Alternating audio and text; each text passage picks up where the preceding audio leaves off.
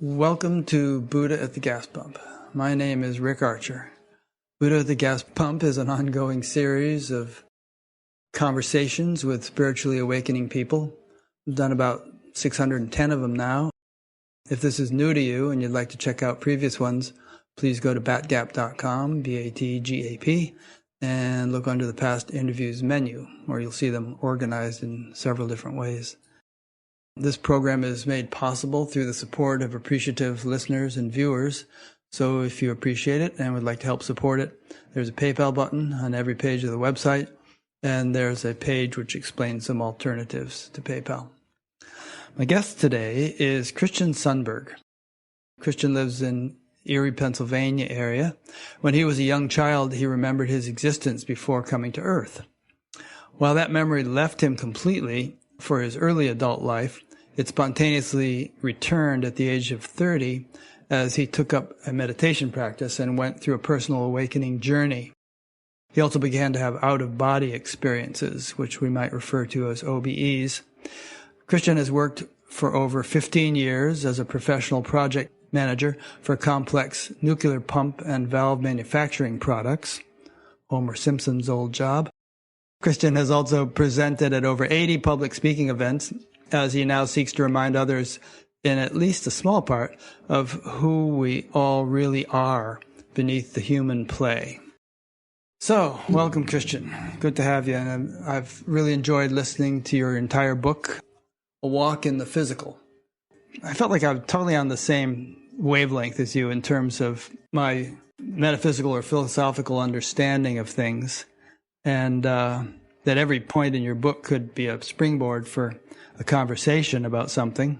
But, one question I thought I would start with before you even tell your whole story about how you ended up doing what you're doing is, how is it that we know this stuff?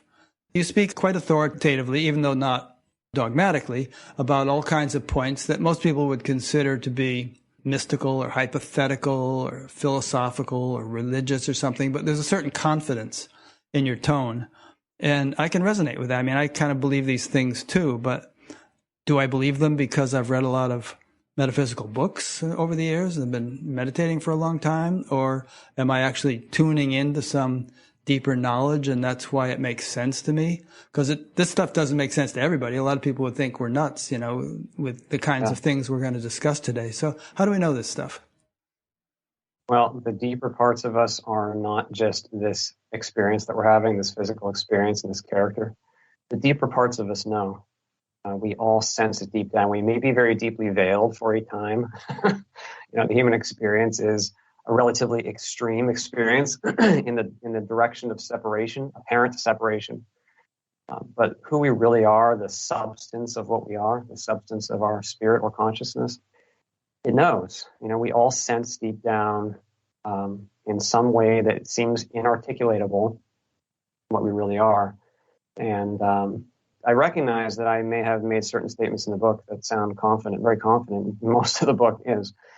But that knowing is not from it's really hard to describe. It is when one is knowing one's true nature, these things are simply deeply known.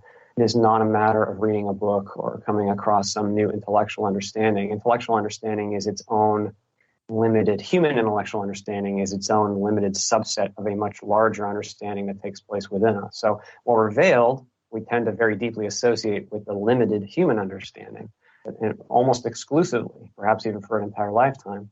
But the deeper parts of us that transcend even some of the very fundamental properties of our reality, like linear time and discrete location, those parts of us do exist right now, and we are already connected to and a part of those. So would you say that atheists or skeptics or people who might listen to the conversation we're about to have or who might read your book and say, this is all bollocks, none of this makes sense to me, would you say that they have that attitude just because they're more heavily veiled or shrouded than other people? Well, I don't want to pigeonhole it by saying a yes or no in that way. I actually relate very much with atheists, sometimes more with atheists than those who are very dogmatic. True. Fact, because it is important to have a skeptical mindset. I mean, that is a very important part of our journey, is to be able to look at things objectively and to really evaluate them hard, with a hard evaluation. I do feel that the more we focus on the physical and on our understanding of the physical and on our beliefs and interpretations within the physical, the more deeply wrapped in it we become. The veil is kind of organic. So the longer we're here, the more we're focused in it, the deeper and deeper it gets. In fact, that's what it's meant to do. So it is actually quite natural when we're here to have almost no conscious at the human level. And we do have consciousness at a deeper level, but at the human character level, it's quite common not to have conscious awareness of our deeper nature. And when that's the case, of course, materialism appears on the surface to be quite real and practical and the end all and be all. But that's just the nature of the simulation. It's a very good simulation. So I don't want to categorize the type of person that might feel that way. Like I said, I very much respect those who are very skeptical and atheists. I think that's just fine. There's no need to have an intellectual model. But for those who are interested in exploring, these things are very real. They're much more real than we can put into some words in a book or say to each other in the physical, because they transcend the physical entirely. So we're very limited in what we can say. So yeah, I think it's important that we share nonetheless. Yeah, I kind of agree with you about, I also respect atheists and skeptics. I like listening to Sam Harris, for instance. In a way, I have a lot more respect for him than I do for people who just undiscerningly buy into any woo-woo idea that comes down the pike. Yeah. I ran into a woman last summer. We had a big storm in Iowa called the derecho, which did billions of dollars worth of damage. And somehow that topic came up. And she said, oh, that was the Pleiadians. They came and caused that derecho. And I was thinking, oh, really? Must have been like teenage Pleiadians on a boring afternoon. Let's go 500 light years and do some damage in Iowa. People who think in goofy ways like that, I'd much rather listen to Sam Harris. I understand. Yeah, I can relate to that. I mean, I think we're very quick to grasp onto some new belief. It doesn't matter if it's this dogma or this new age belief, or maybe it's this guy in this video. Maybe now I can believe him. It's important that we don't just believe things. In fact, the truth of what we are so transcends earthly content that we almost have to step away from belief in order to really experientially touch the truth of what we are. We have to be willing to rigorously investigate what we really are, awareness itself, which transcends thought. A belief is in thought. It's grabbing a new thought form, being like, okay, now I'm going to grab onto that. See, now I got to figure it out. See, now the storm must be caused by this other thing. And now I'm going to attach these two things. Now we got to figure it out. Humans are very quick to then proclaim, oh, I got to figure it out. Here's the truth now. Let's share it. It can't be done. And I think that's one of the hardest things about any of these kind of conversations, because if you touch that substance of what we are, it cannot be said, cannot be put into form. So it's just so daunting to attempt to. In fact, I feel like even just saying one sentence or writing one sentence, I'm just wrong. It's almost like I shouldn't even try. But on the other hand, there is great value in the exploration process. And it is important that we proceed in the process of personal growth, evolution. And that means considering new ideas and intellectually evaluating these things. So that's why I wish to share. If the kind of experience that you're going to be talking about here were common, if everyone had that kind of experience, then we probably could talk about it a lot more, because we'd probably have much more of a common language for it. It's like if you go to a convention of people who like Italian food, you could get into big discussions about this kind of pasta and this kind of pizza. And they all know what you're talking about because they've had the actual experience. But if you went and talked to some Eskimos about it or something, they wouldn't have any idea what you're saying. So it's a little bit of a matter of how rare or common subtle experiences are, whether or not we can converse about them. Yeah, it's interesting you use the word subtle experiences. I know on the surface they appear to be subtle, but when they are actually known, they're not subtle. But anyway, I agree very much with what you're saying. It is one of the reasons I very much enjoy conversing with near-death experiencers, NDEers, or pre-birth experiencers. There's a shared language. It's like we can jump to the end of the alphabet, have a real dialogue. Yeah, there are a lot of people who are not familiar with it, and that's okay. That's the nature of what we're doing here. Alrighty. Well, you and I could actually go on for 2 hours like this without even talking about your story, but let's hear what happened to you. Then we have some interesting questions that have come in from people, and we'll talk about all kinds of things, but tell us your story. Okay, so I'm going to attempt to share the story, even though, like we've already identified, that it cannot be said. I just feel it's very important to say that, because our true natures and the higher realms from which we come are just so beyond language that, like I said, it's just, as soon as I put a word on it pigeonholes it, and it's just wrong. But I'll still try, because I think it's important that we share this information with each other and remind each other of who we really are, because whether or not we all consciously remember it at the human level, I feel that we all have had experiences like this, at least to some degree, and they're in there. Whoever you are listening, they're in there somewhere. Okay, so I'll start at the beginning of what I remember from my pre-life, but even order is difficult, because while these memories do have a sequence, they also transcend linear time, and they're all kind of happening all at once right now. They're more like they're alive, they're real now, not just in the past, even though they do feel extremely ancient at the same time. So it's difficult to put an identifier on that. But I remember long ago, before I had ever been physical, coming across a being who had been physical. This being was so beautiful and overflowing with joy and power. And I felt that from him, because in those environments, you share what you feel, and who you are is shared with those around you. And it's telepathic exchange that's quite perfect. And so I asked him, my goodness, do you feel the depths of joy that I feel that you feel? And he shared it with me and kind of let me go into it and feel it and dive into it.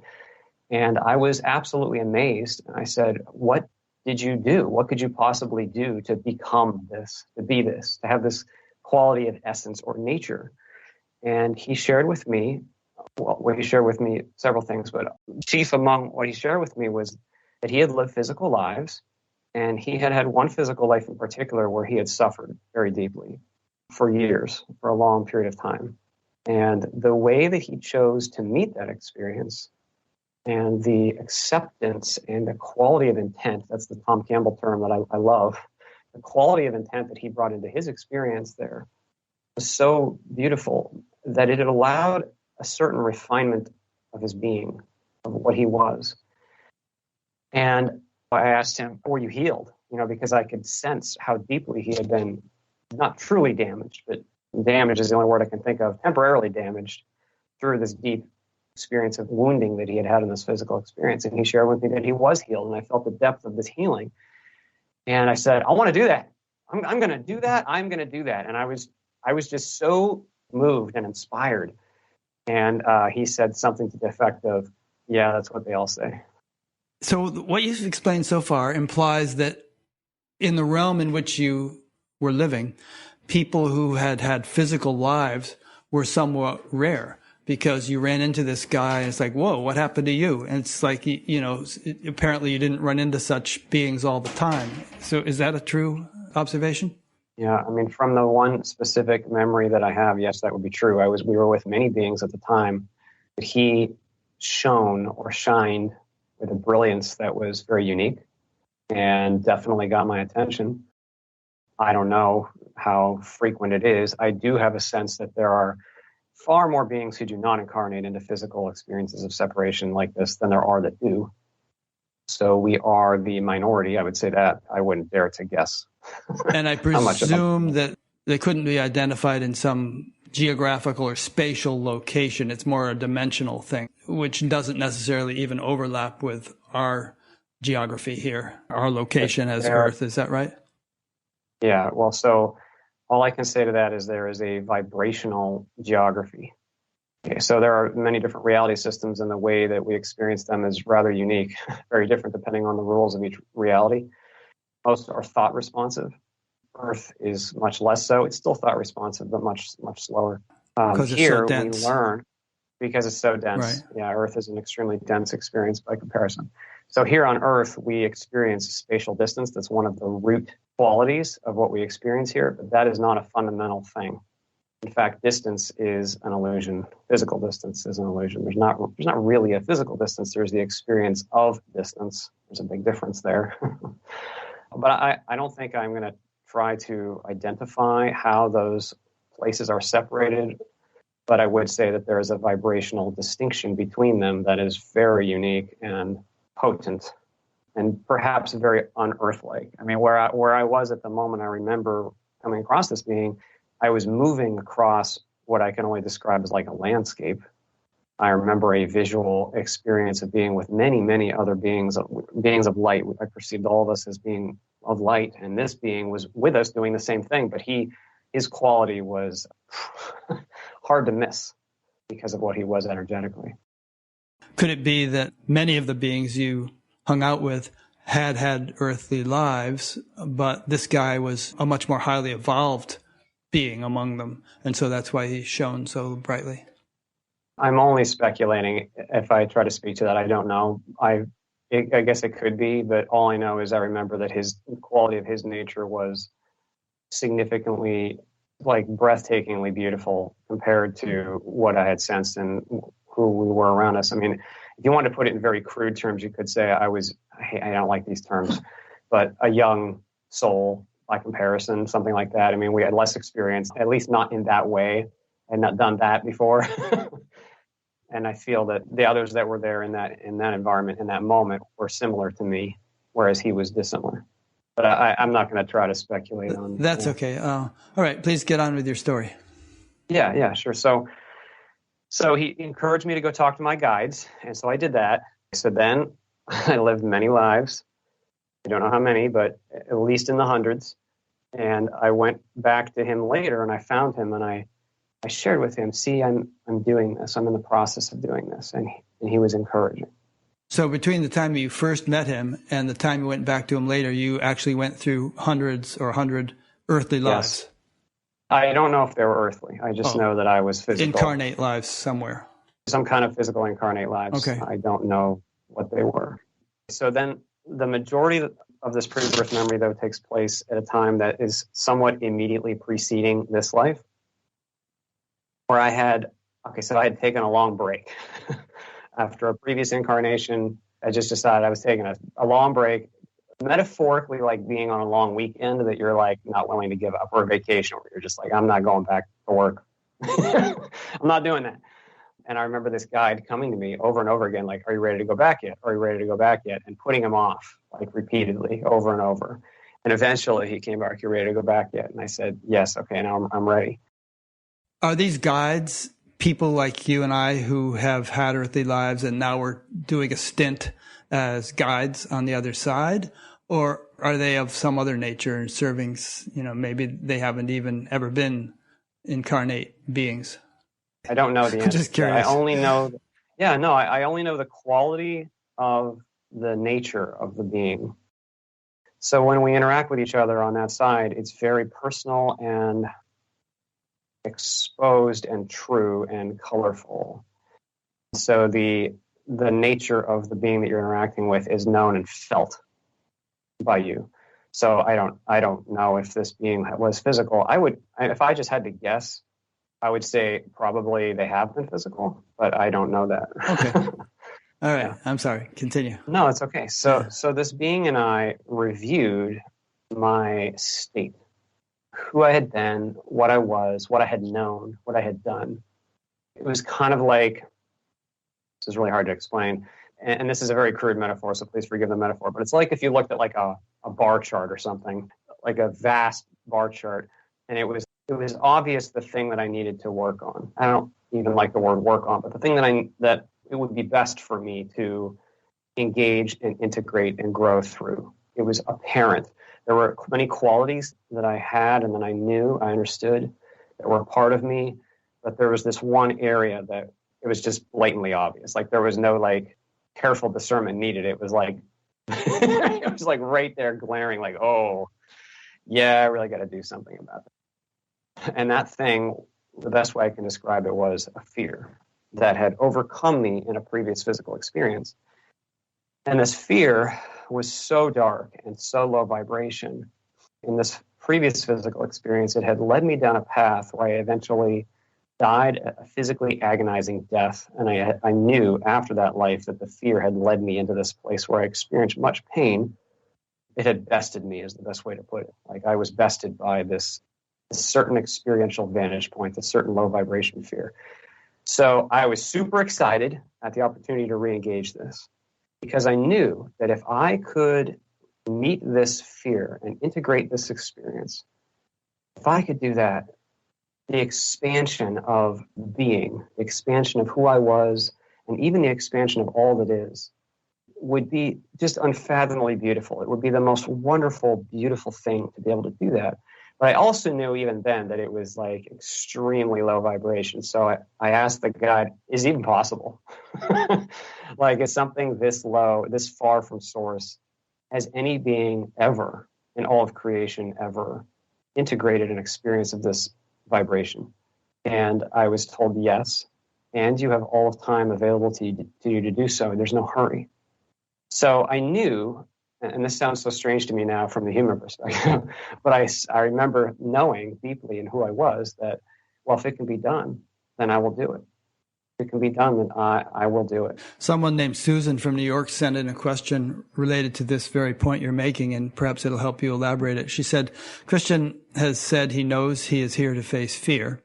He's also described it as facing pain, and if he can meet the challenge, it will result in the development of great freedom. I'd personally appreciate it if he would try to explain what the fear is, what the pain is. I think that would be helpful to me and to others in trying to understand our reason for being here. Sure. So when we're physical, we like to think of fear in terms of fear of something, like fear of spiders or fear of leaving the home or fear of heights or something.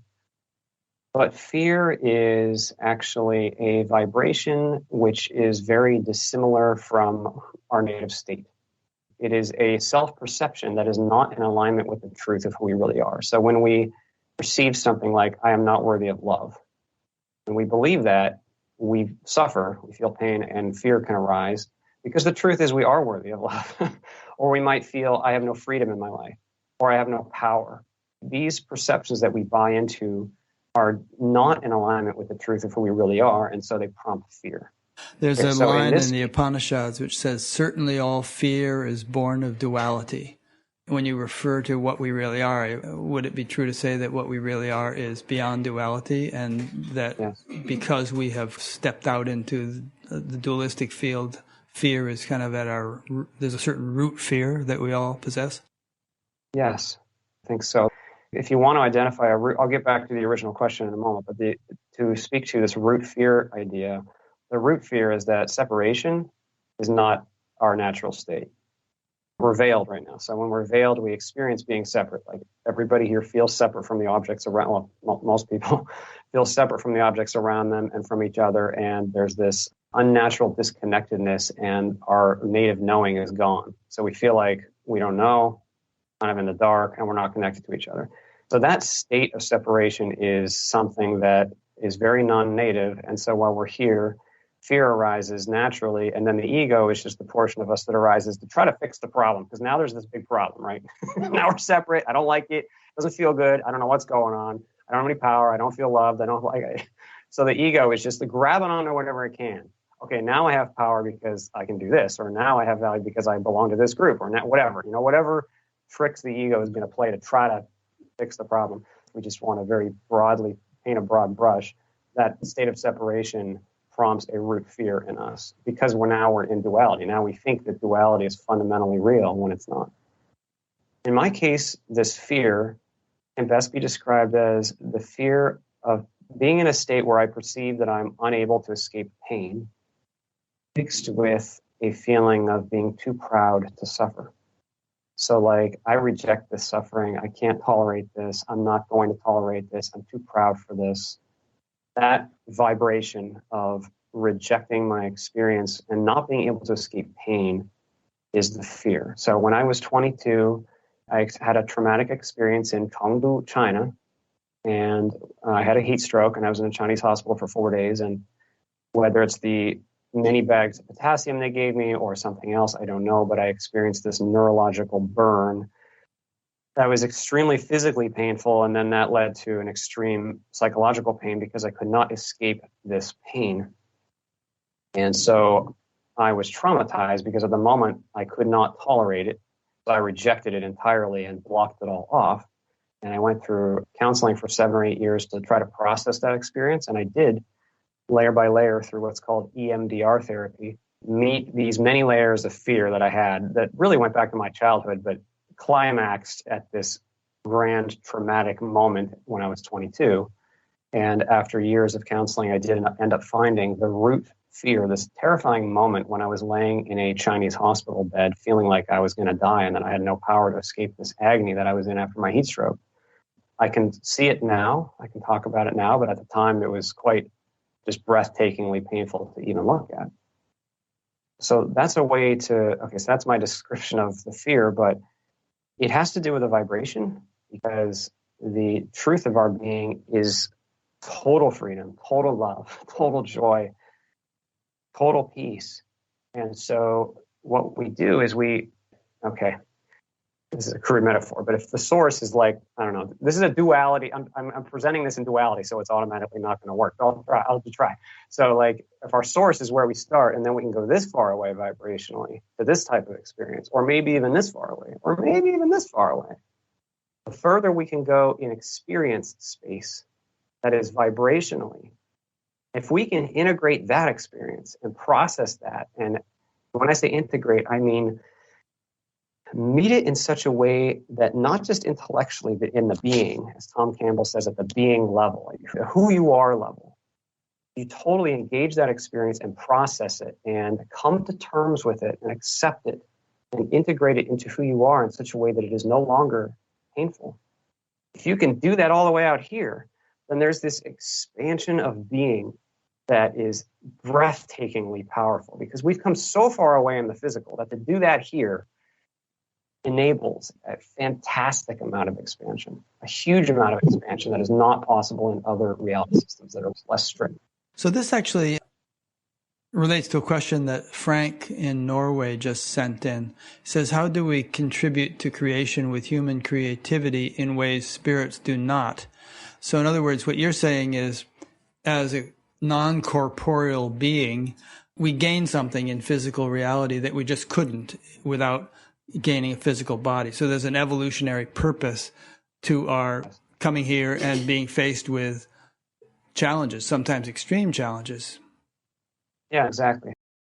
That's very difficult to put into words, but I'll just use a crude metaphor. This is so crude, but it's very difficult to think of physical ways to express this.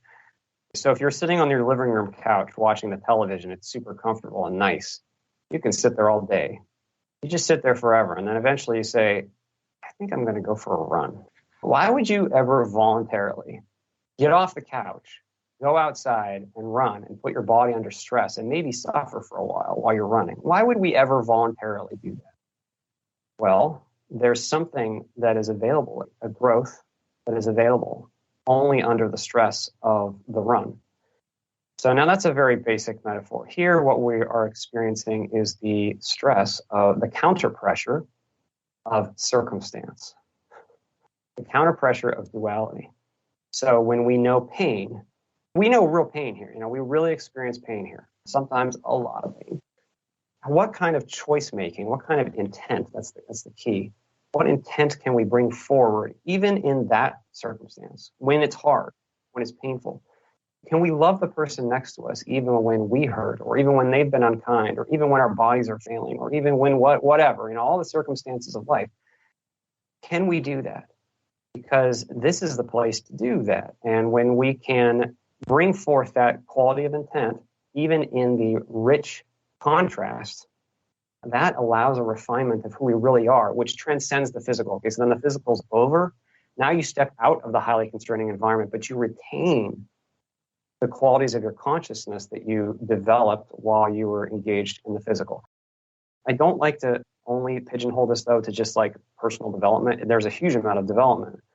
There's purposes that are greater than that, but I'm just focusing on this one idea for now, that when we drop the physical and the dense constraints are no longer a part of us, all that we developed of who we are while we were here remains, but now it is being actualized in systems that are far less constraining. What about children who are born into very difficult circumstances and undergo a lot of suffering and die before they've even reached a level of maturity at which they have volition? Do even they gain something from going through an ordeal like that? Yes. Yes, absolutely.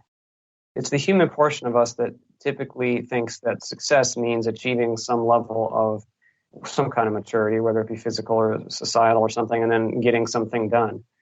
The spirit is consciousness, and so it knows experience. Experience is the currency, or that's a bad word. Experience is the stuff we're working with. So if you can be a child for 1 year and have that experience and then you pass, that's amazing. That's an amazing experience.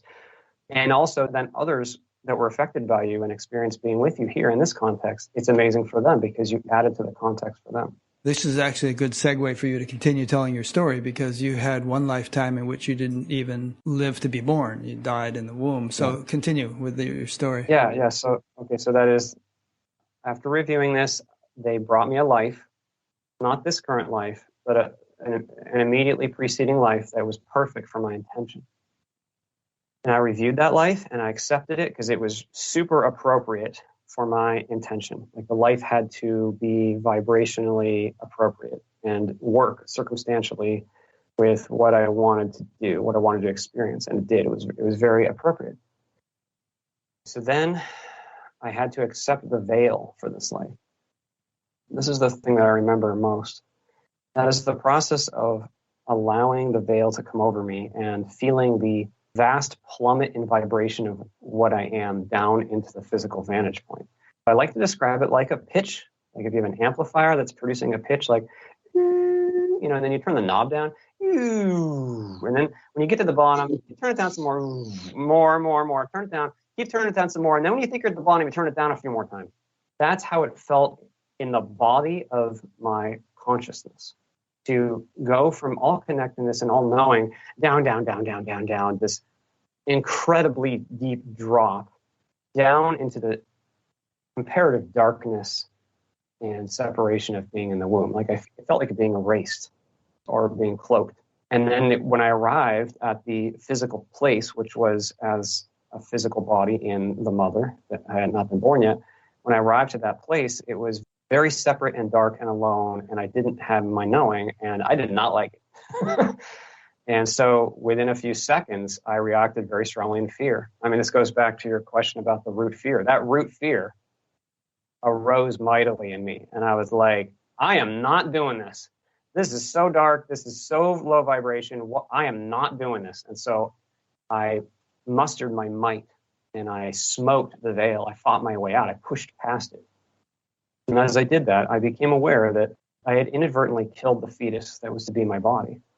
Do you have any idea at what stage in the gestation process the soul enters the body? I've heard it like 3 months or something like that, which is an interesting consideration because you weren't just a little zygote at that point. You had actually developed enough perhaps to occupy a body. Well, I didn't develop enough. The body did. I mean to say, yeah. I was becoming the experience, the bodily experience. So I had a life review, and I became aware for that super short life. Like, I don't know how long I was there, but it was not very long. I became aware of how I had very negatively impacted the mother. And not only the mother, but I felt these ripples, like hundreds of other people that were negatively impacted by the mother because of the sorrow that I had imposed on her.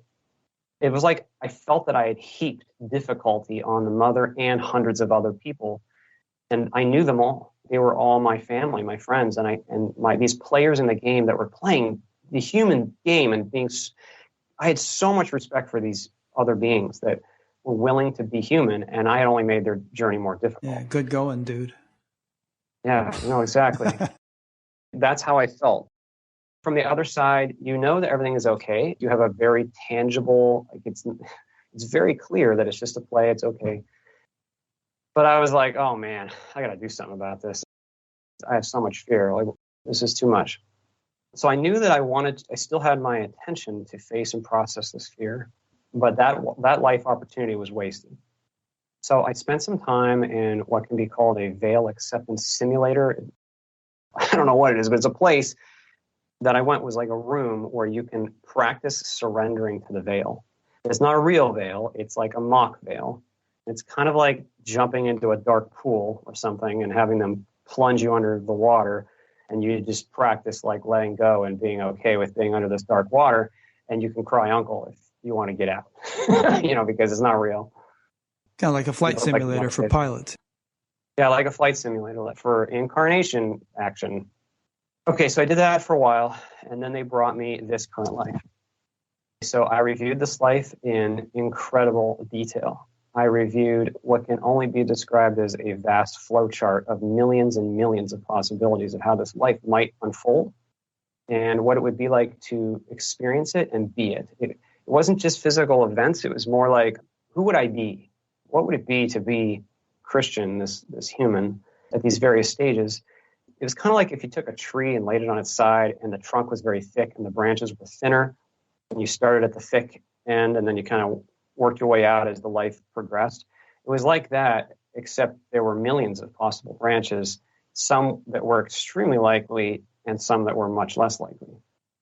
And I reviewed all that and also asked certain things and made certain requests for the life. For instance, I said I would like to be intelligent again in this life because I knew I had been intelligent in previous lives and I preferred that trait. And they said, yes, you can do that.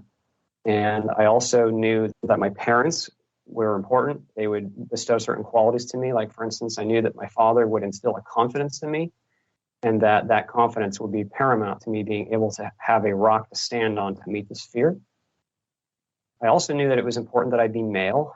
Not in any ways, I'm not judging anything about the sexes. It's just that the two sexes have different energetic qualities to them. And there was something of an obtuse edge, even, some kind of edge that being male would be helpful for me to meet this primary intention of mine, to meet this fear.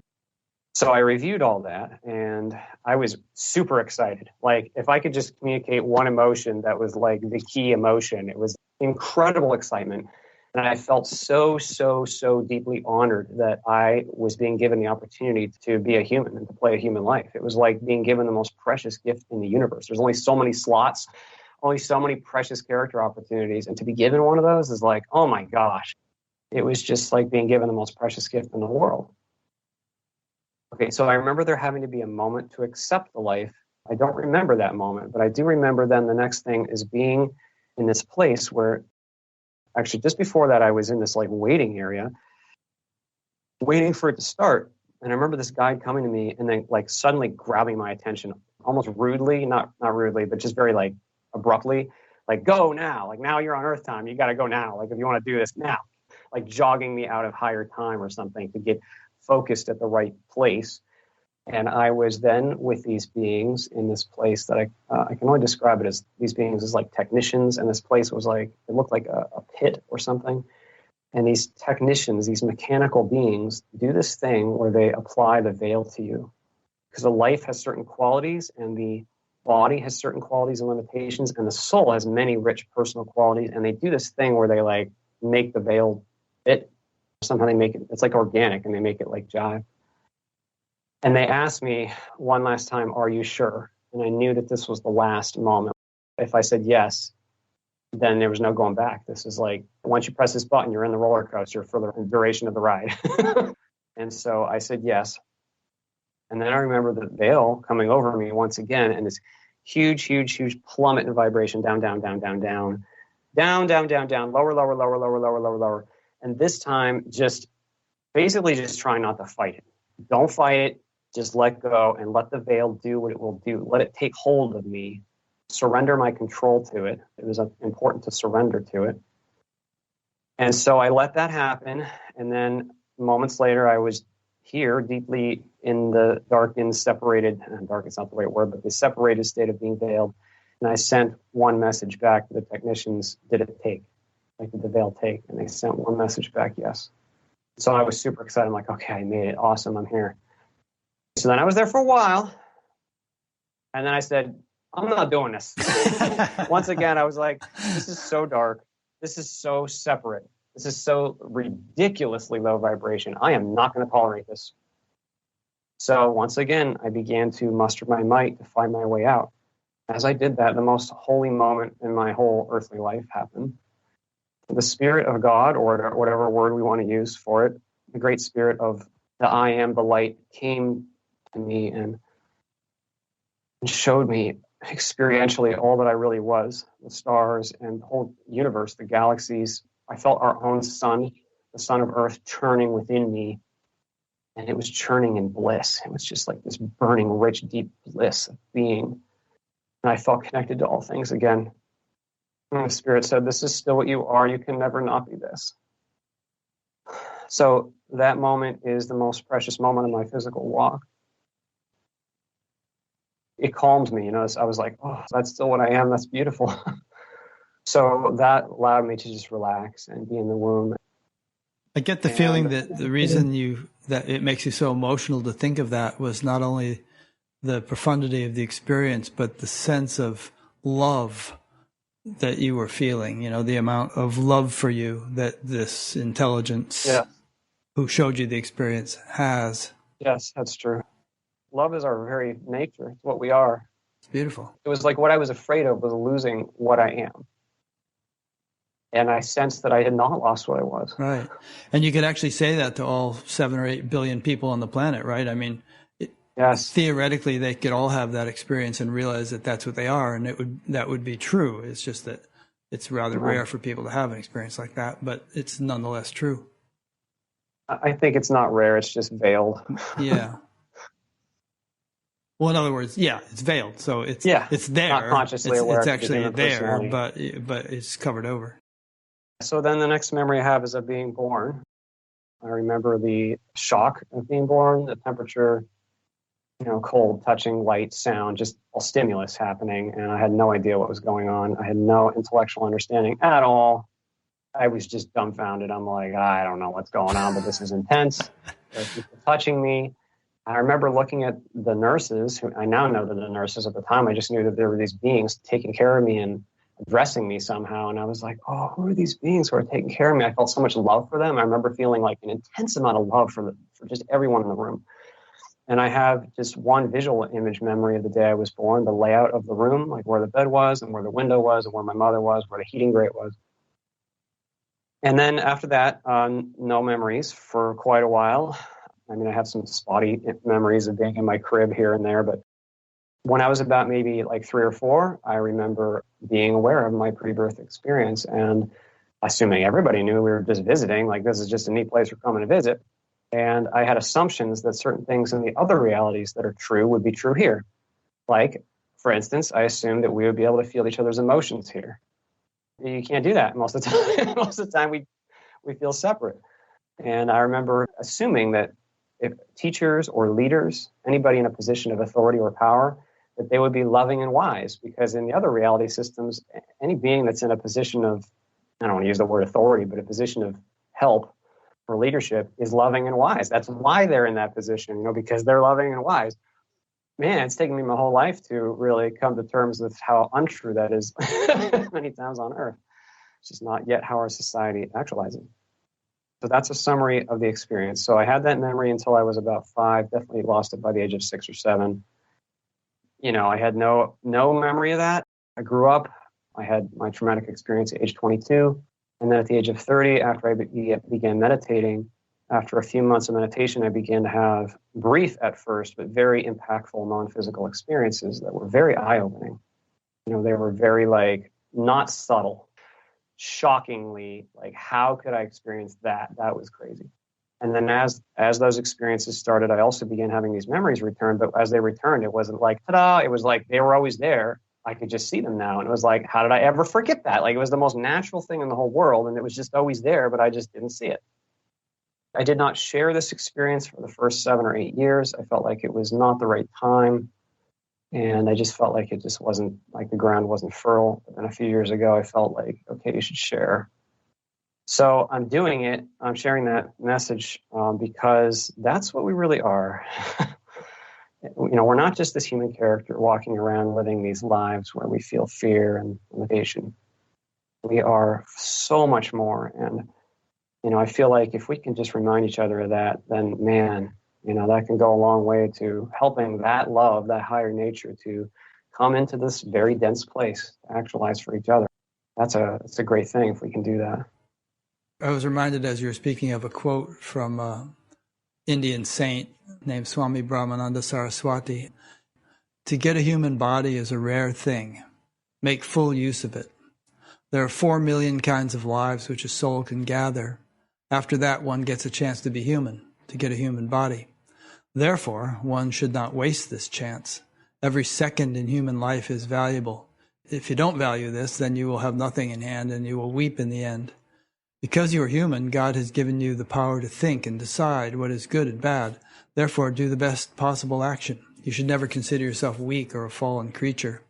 Whatever may have happened up to now may be because you didn't know, but now be careful. After getting a human body, if you don't reach God, then you have sold a diamond at the price of spinach. Wow. I love it. Yeah. That's right on. I thought you'd like that. A whole bunch of questions have come in, and I want to be sure to get to them. It might cause us to jump around a little bit. One is from Martine in Belgium, and I think you have already kind of covered it. She said, do you remember your existence before this birth? Obviously, you've just been describing it. Was it human or as a being? And maybe you could say a little bit more about that second part, because I've heard you say that fundamentally we're not human beings. We just happen to be those at the moment, but our deeper, more eternal existence is not actually human. Right. So human is something we experience. It's not something that we are. We experience being. It feels like we're it. Who are you really then? You are the you that feels like you to you. You are you. You're your consciousness. And that you, when not bound to the limitation of the human experience, is far, far, far more than just these associations that we have while human. Again, we think of everything from our earthly experience as a reference point. So we see humans and objects and animals, and well, what are we? The forms are something that we experience, we entertain. The forms are like the tools and toys of creation. And who is that uses the tools and toys? You are. The you that feels like you to you is what you really are. So in those other systems, people want to know, do I have a body? What do I look like? What can I do? I try not to speak too much about that because usually it's the ego that wants to know that kind of stuff. But also because you just can't put words on realities that are so very different from ours. There are Earth-like thought-responsive reality systems that are very Earth-like, and we can do extremely Earth-like activities. But there are also states of being in which the activities, so to speak, that we're doing are so vastly different than what we can even, imagine within the human limitation. So if you had been a cow in your past life, let's say, obviously you weren't a human being, you were a cow. But for the cow's subjective experience, there's something that feels like you to you, to use your phrase. It feels like the sense of sort of self or something that they have. Same self, same exact self. I don't have many specific memories of past physical experiences. I do a few. And one of them, I remember, sounds pretty wild, just going out on a bit of a woo-woo branch here, but I remember being a migrating bird. And I remember the stress of flying for ridiculously long distances. And I remember this very spiritual quality of it, but it was also like very dissimilar from human awareness. There was no cognitive power. It was just experiential. That's hard to explain, but that was still the same me. So then when we return to our higher selves, that's just the term we use, higher self. It's still you. When you know the fullness of what you are is a better way of saying higher self. You are the one being who did all these things. It's just like, this is another very crude metaphor, but it's like if on Monday night you went and had dinner, on Tuesday night you went to the movies, and on Wednesday night you played golf, and on Thursday night you took a hike through the woods. Well, were you different people? No. It's the same you. The difference, of course, here is that in this reality, we remember doing the things each day of the week. Whereas here, we specifically become veiled on purpose so that we can have such a very specific, deep, immersive experience of being the human character for a while. But it's still the same you who does those different things. Kind of reminds me of actors. Like they say, for instance, Leonardo DiCaprio gets so into his roles that he stays in character even when they're not shooting the scene, because he just wants to be so deeply immersed in it. And of course, he doesn't forget that he's Leonardo DiCaprio, but it's a metaphor. It's very much like that. It's kind of like if you see an actor in movies, They play different roles, but there's certain qualities about that actor that always shine through. I feel like Tom Hanks, for instance. Tom Hanks, I think he's a fantastic actor. I love watching Tom Hanks. And he plays very different characters, but it's always Tom Hanks. Yeah. And that's kind of how we are as souls. We may play different human personalities for a while, but who we really are, our deeper qualities shine through. We may have qualities that are specific to the local human, or limitations, even, biological limitations or whatever else, circumstantial limitations from how we were raised or whatever. But who we really are shines through each of those characters and is persistent from character to character. It's interesting that we're talking about this, because last week I interviewed a woman named Eva Natanya, who's a Tibetan Buddhist practitioner and scholar, and we talked a little bit about reincarnation and everything. She was saying that from the perspective of that tradition, there isn't a discrete being that moves from life to life and just assumes different bodies, that rather it's hard for me to even repeat it because it doesn't jibe with my understanding, but there's some kind of stream and that is not really, there's no person, but there's this sort of stream of karmic tendencies or something that moves from life to life. But that kind of contradicts the more Vedic perspective, like in the Bhagavad Gita and all, where they talk about like the kind of things you're saying, that, you are a being and you move from life to life the way we change clothes in this life. And the whole purpose of this sequence of lives is to evolve to higher and higher scales of enlightenment. Yeah, I think they're both true. There's a good number of things that when we talk about them from the earthly perspective, two things that are both true can sound paradoxical because we believe in duality. So it's kind of both. We have a discrete experience of being this person and this being and this being, and yet there are karmic, if we want to use that word, energetic themes that run from experience to experience. Like this fear that I'm here to deal with, it is an energetic theme that I'm engaged with. It's too big for one experience. So it runs with me as I'm responsible for it, put it that way. If we are responsible for who we are, I think that's an important point about like this idea of karma. It's not like you're being punished. It's just you are who you are. And look, now that you went and had this experience, you actualized who you are, maybe in a way that hurt others. And now that you did that, that's part of you too now. So now that that's part of you, now it is best if you can, this gets into things that are really hard to explain or describe, but now it's best if you can meet that part of yourself that would benefit from evolving and evolving through that limitation and growing. And that's why karma is helpful, actually. It's just that you are being led to the places that I don't like to use the word need, but that would be best for you to engage. Okay, that's a good explanation. Regarding the veil, I was thinking about that while I was listening to your book, and I was thinking maybe a good metaphor would be, see if you agree with this. If you went to school, for instance, and throughout your schooling, you were just sort of given the answers to all the tests you were going to take, so you didn't actually have to study for them. And you could get very good grades in school, but you wouldn't really come out knowing anything. You wouldn't really have done the work necessary to learn it because you were shown the answers. So it's like if it weren't for this veil, give us some reasons. Maybe that's part of it, but give us some reasons why we do get blinded by this veil when we come into this life, and why we don't normally have the kind of memories that you have. And are you at any disadvantage for having these kind of memories compared to the rest of us? So first of all, I'm very veiled. I'm still extremely veiled. And I'm very thankful, actually, because it can be very painful to have some of this awareness, because it's like then there's a homesickness that accompanies it, which is ridiculously painful.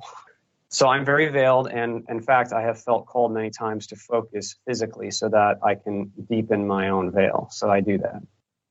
First, I want to make a comment to your point about the knowing the answers to the tests. What we're doing here is not an intellectual learning. It's an experiential learning.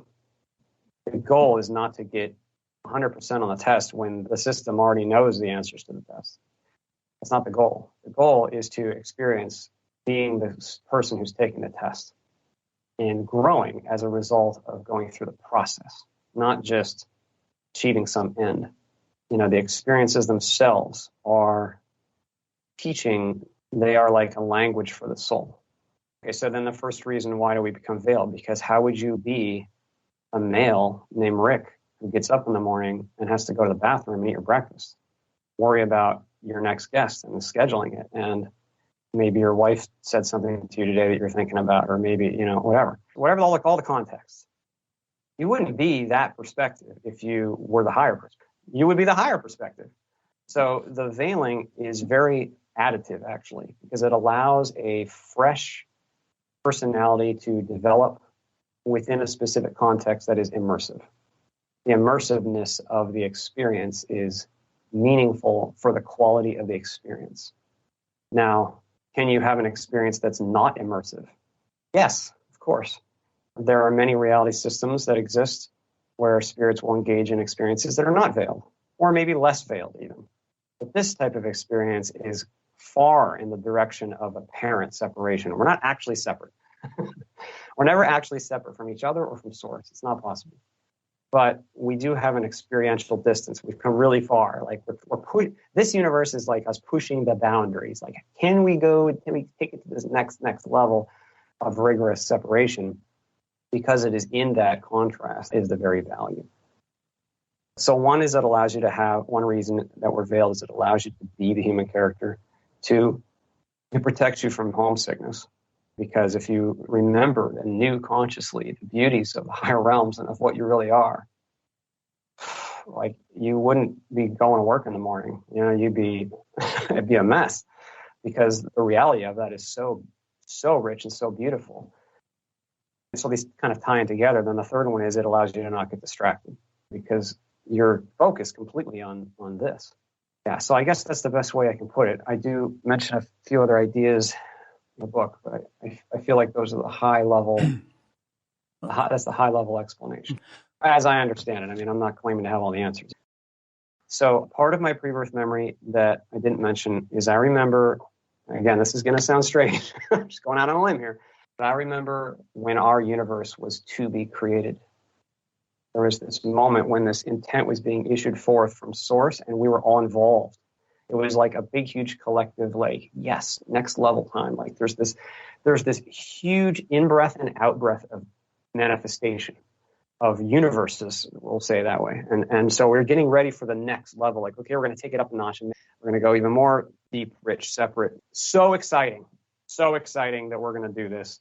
The level of excitement is just off the charts. Now, I wasn't around. I was doing something else. I don't know what I was doing. I was doing something else at the very beginning. But I remember coming early and sailing among the stars and just reveling in the idea that we would actually get to be these things, not just people, anything in the universe that we wanted to experience being, and that we would actually be able to like fully immerse and have those perspectives. And that was the most exciting, beautiful, such a creatively additive process that we were going to be able to participate in that. And the veil is required for that. So it's kind of a long-winded answer. But I remember knowing that was important. Two questions. One is, do you feel that everything that everybody experiences, small or large, is sort of intelligently orchestrated to provide some opportunity for evolution? Nothing is trivial or random. Everything is pregnant with possibility. Everything is pregnant with possibility. I'm careful to say that it's all intelligently orchestrated. There is a great intelligence who has orchestrated the novel simulation, and it knows everything. But I'm saying it that way because there's a novelty to the human experience. And what I mean is unanticipated outcomes can happen. Like we're all making free will choices. And so because of that, there is such a thing as, oh, that wasn't anticipated. Look, now that's exciting. Now we're going to deal with this new circumstance that we didn't even think that could happen maybe, but now it's happening. That's part of the creative power. And is every one of those experiences full of possibility? Oh, absolutely. Every experience, every breath, every second lends to evolution and towards the integration of that experience into the expansion of what is. If you think about all that is with a capital ATI, all that is, what is, all that is becomes more when new things can happen. And so everything that happens within it tends to lead towards more. And that is a beautiful thing. Second question. When you were talking about being around at the start of the universe, do you feel that our individual souls are eternal, or did they somehow come into being at some point in time, and perhaps as little tiny seed souls that get to be butterflies or something, and then they evolve up and occupy more and more complex life forms? Okay, I think it's both. The soul is eternal. So the ocean of the whole is what is. It's eternal. And the soul is metaphorically like a drop in the ocean that has been made sovereign and free will. But to limit the journey of the soul to some kind of physical incarnation cycle is an inappropriate limitation, because the soul can and does engage in many, many other types of experience and evolution that are not based on a physical incarnation cycle process. Physical incarnation cycle is just one highly specialized, very potent possibility. But to your original question, it is both that the soul is eternal, and also these are topics that any language will immediately fall short, incredibly fall short. But I do feel it is simultaneously eternal, and that it's like I think you said, a seed, like planting a new seed. There is a seed of possibility that is born from the substance of what is, and then that seed goes on its own journey to evolve in its own way. It has its own free will choices and its own ability to choose and grow. And that is what's additive about it, is that individual piece of the whole gets to make its own choices, go through its own growth, and add to what is by doing that.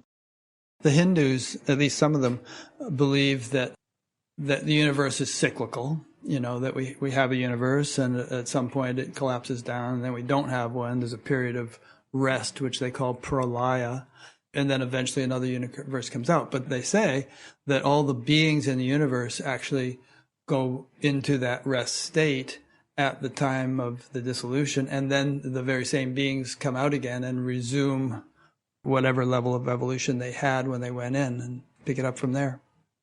That sounds appropriate to me with the memory I'm describing about the creation of this universe. There was a period of deep rest, and then there was the creation of this new, like a simulation.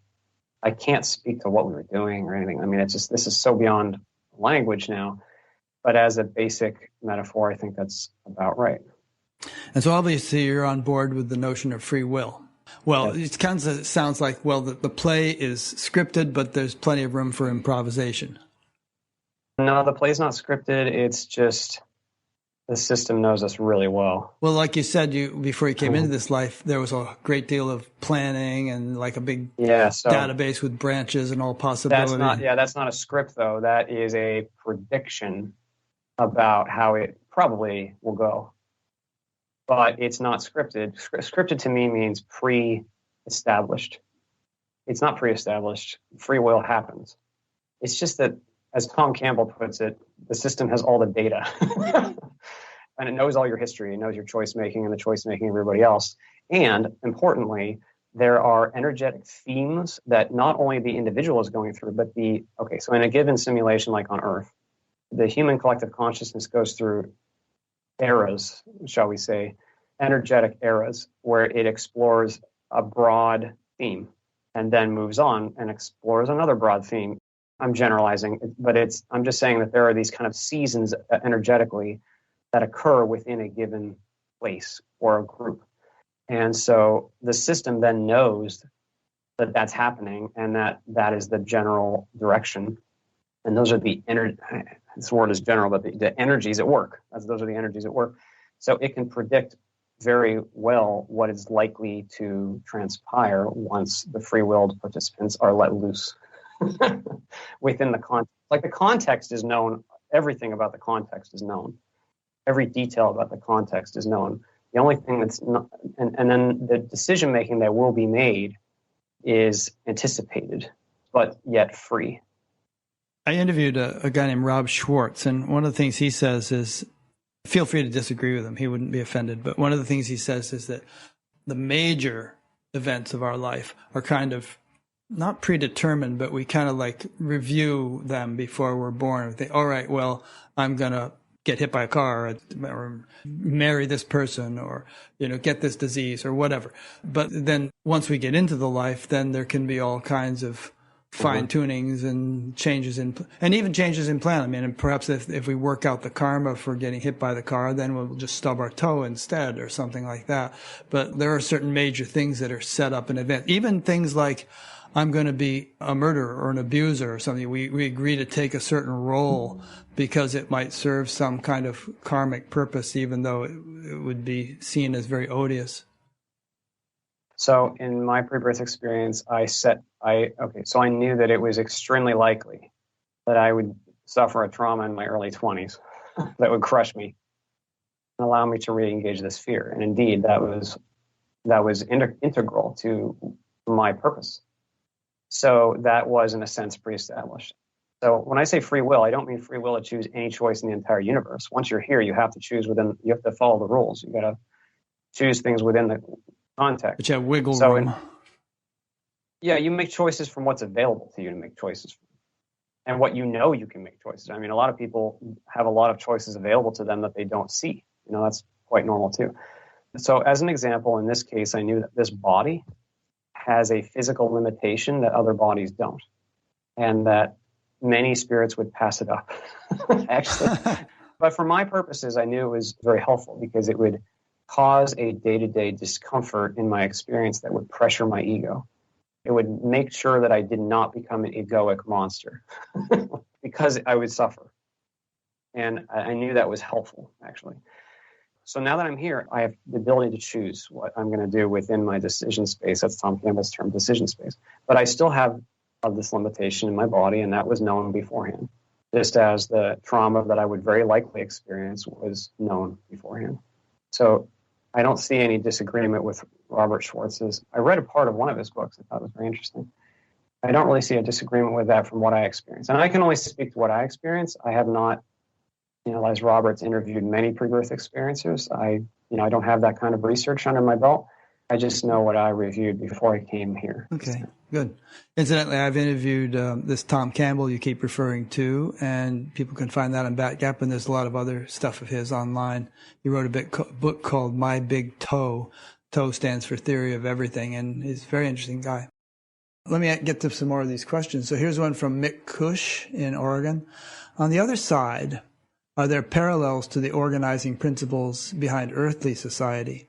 Here we have external forms of government and social institutions that regulate and harmonize life, all held together by many roles and functions that must be fulfilled, as otherwise we'd live in anarchy. Any idea how beings that aggregate together on the other side organize and collaborate on a large scale? So I can only speak to what I remember. I will say that there are many different systems of reality. So what happens in those realities is highly dependent on the rule set of those realities, how things work there. In most realities, there is a sharing of being that is telepathic and complete. And so that alone changes very much how things happen. Because here on Earth, we have an incredible inefficiency in our ability to communicate with each other and organize effectively. Just communicating takes us a huge amount of effort. Whereas there's almost no effort at all. So that affects very much how things happen. I will say, just as like a general example, and I'm just picking out one specific memory, and I don't know the context of how this one place fits into other places, because like I said, there are many different realities and they may have different contexts. But I remember that it was very common to basically focus on what you want to focus on, and there's no such thing as being rude if you just leave, because that's not interesting to you anymore. So if there's a group of beings doing some activity and it's not interesting to you, you're not going to hang around and just be polite. There's no need for that, because you're you. You're exactly you. They're exactly them. They know exactly what you're feeling. You know exactly what they're feeling. That's not interesting to you. You go off, do something else. That's just a simple example how in our society we have a lot of convention about what you're supposed to do, how you're supposed to behave. So I don't think I can get more specific than that. I will say, I guess I'll just at least add that there is, like I said, not an authoritative structure, but there are beings of love and wisdom that guide us and help us. And they know us very well, incredibly well. So there's help in that. And if you want to call that an institution, I don't know, I probably wouldn't call it an institution, but there are guides. There are many guides that work right now, actually, in fact, within just our Earth system, many non-physical guides that work with us and help us. I won't try to speak to any kind of institutions or anything like that here, though. I know some of the ancient traditions, like the Tao Te Ching, for instance, talk about how the more enlightened a society is, the simpler a government can be, or the less government it needs. So I imagine that in these higher realms, however they are governed or organized, it's a far cry from the United States Congress. Yes, I would say that's probably true. It's not even a comparison. Here's a question from Lisa Teasley in Los Angeles. How does your work as a project manager for complex nuclear pump and valve manufacturing products contribute to the evolving of your soul, as well as evolve your relationship with the earth? That's a good question. I recently lost that position. For 16 years, I was a project manager for nuclear valve and pump projects. My company closed the facility I was working at, so I'm currently in between jobs. But to speak to your question, I need to play the human role like we all do. I seek to do the best I can for my family, which includes earning a living.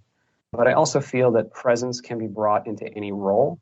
And so it's not just a matter of doing one thing or the other. There is a possibility to be present and to bring a quality of awareness into any context. So I seek to do that. I don't know what future work I will end up doing. I'm open to whatever happens. As for the earth, I don't know if we want to get into a conversation about nuclear power. I personally feel nuclear power is quite safe, not bad for the earth. In fact, I feel it's a good alternative. That's just my opinion, just because I've worked in it. But yeah, I don't know. We have had Chernobyl and Fukushima and 3 Mile Island, but which are extremely problematic to say the least. But perhaps more. I don't discount those happening. That's true. Yeah, Fukushima was quite a disaster. It still is. But, I have heard, we don't go off on this tangent, but I have heard of potential nuclear technologies that would actually use up, all the waste fuel that we now don't know how to store, and that could be very safe and so on. So maybe something like that will come along. I don't feel strongly about that topic. I'll just say that it's not it's more that I play the human role, as we all do, and I'm hoping to succeed for my family, and I did it in a way that I don't think there was any harm, at least in that, fulfilling that role as a project manager in nuclear. Okay, good. This one is from Jill in California. Since we are all part of the one, how did it come about that some souls get more evolved than others? Did we not all start out at the same level? Perfect? Well, we are perfect. This is something that sounds like a paradox. I like your use of paradox, by the way. You keep bringing up paradoxes in your book, and I really like the way you do it, because somebody actually sent me a T-shirt that had paradox on it, because I've said so many times that I really appreciate that word. Well, this is a good example of a paradox. Are we perfect or are we evolving? And the answer is both. The substance of the soul is perfect. How it actualizes within manifest experience is evolving. So when the soul, I don't want to use the word begins, because again, we transcend linear time, but the soul needs to make its own choices and grow and evolve in its own way. And that is the rubber meets the road value. You could say that we work in evolution towards the perfection of the whole.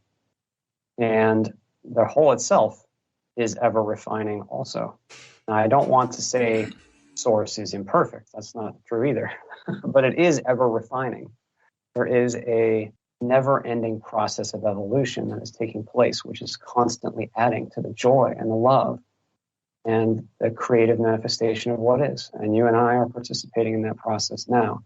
And being able to be you in the rich context of this life and actually make the hard choices, that is where the rubber meets the road for that very real growth. This is a real system.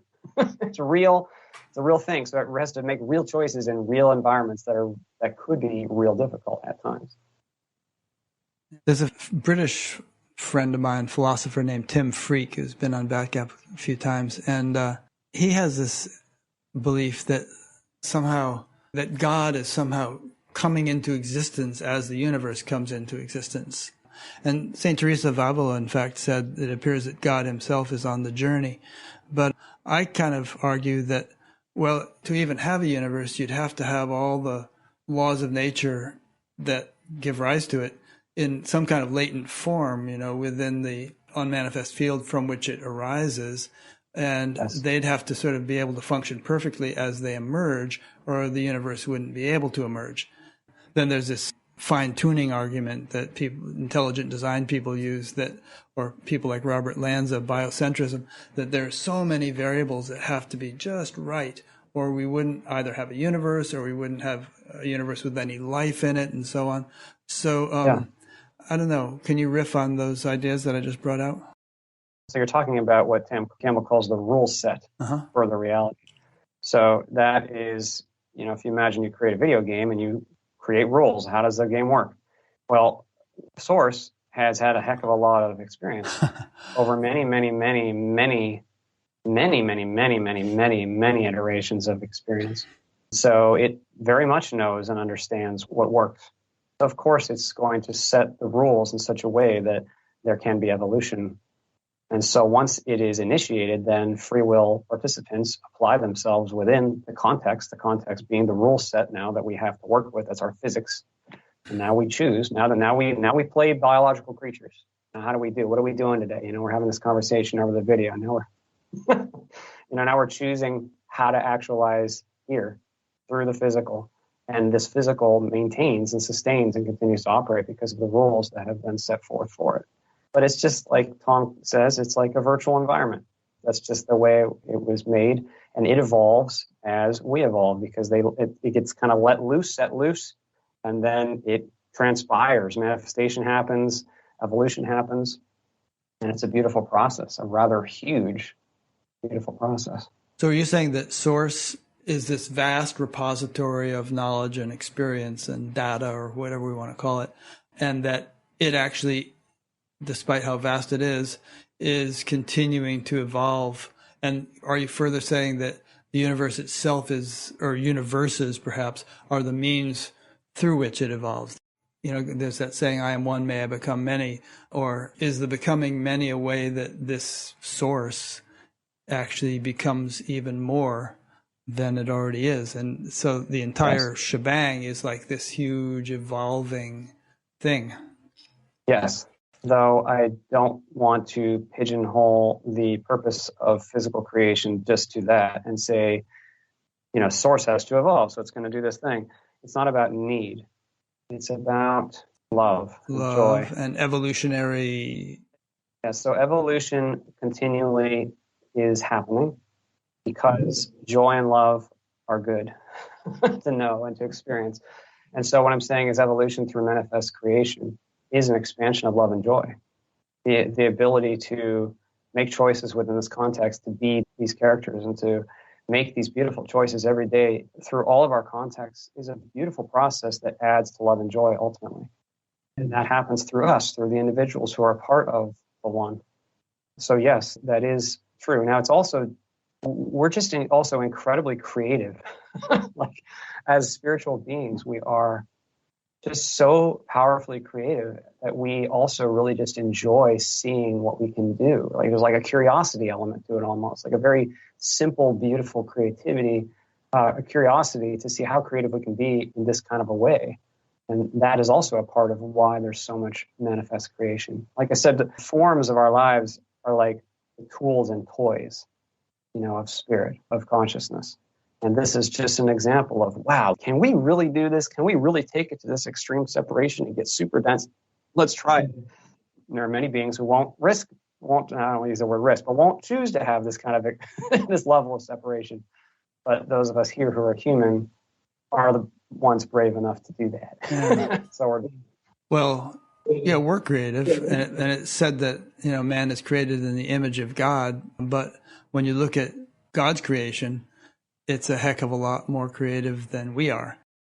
You look at anything, look at a fly's wing or a single cell, and you look at how incredibly vastly complex it is, far beyond our understanding even, and then think of the entire universe going out in all directions, just with the same level of intelligent and creativity functional anywhere you look throughout the whole vast thing. It's mind-boggling. It's mind-boggling. Mind-boggling to the human mind that thinks in one thing at a time and is very small focused. But to the spirit, it's all... It's all a day's work. Something like that. Yeah, it's something like all in a day's work. That's just what we are. We are incredibly creative, vast beings. And that's just this universe you're pointing at. Yeah, Too. yeah. I'm being kind of cryptic when I keep referencing other reality systems, but that's just this place, and it's much bigger than that. And, we could think of that two ways, maybe like bubble universes just scattered all around like bubbles in ginger ale. Or there's also like certain traditions talk of like different levels, like the Vedic tradition speaks of like 7 levels of heaven and 7 levels of hell and so on. So there's just all these other dimensions that are just on different wavelengths. Yes, so there's a point that I think is worth mentioning there, and that is that, and I know this is going to sound very strange. You keep saying that. But I keep saying it because I know how these things sound like to the mainstream person. But well, this isn't the mainstream audience. Probably not. The physical universe is taking place within us, not the other way around. No, yeah, perfect. Feels like you are in a body? No. The body is an experience happening within you. What you? The body of your awareness that feels that it's alive right now. That living field of awareness, that living presence. The body is happening on and in it. In fact, the entire physical experience is happening on and in it, just as it is happening on and in the consciousness of every other participant as well. So that's really what it is a shared virtual experience taking place on pre-existing consciousness. It's not that your consciousness is stuck in some kind of a real object called a body. So then if there's all these other realities, they also take place within consciousness. They're also within you. You can't actually be separated from them because there is no separation. Yeah, I'm glad you said that, because as we were talking about bodies evolving through various lifetimes and so on, I could sort of hear people saying, yeah, but, what about the universal self? And you're just talking about the individual self. And so it's one of those paradox things where on the one hand, our individual expression evolves, but then unbounded awareness, which is what we ultimately are, actually contains everything and so on. More questions. A lot of great questions coming in today. I want to keep moving so I don't miss any. Sharon Ritter from Maine said that one afterlife expert, in quotes, told me that not all angels and spirits believe the same thing. Is this true? Are there various beliefs and perspectives even in the heavenly realms? Okay, so we like to bucket the whole afterlife into like one bucket. We tend to be like, there's Earth, and then there's the other side. How is it over there? Well, it's a little bit like throwing every Earth location into one place. Earth has a lot of different locations. It's true.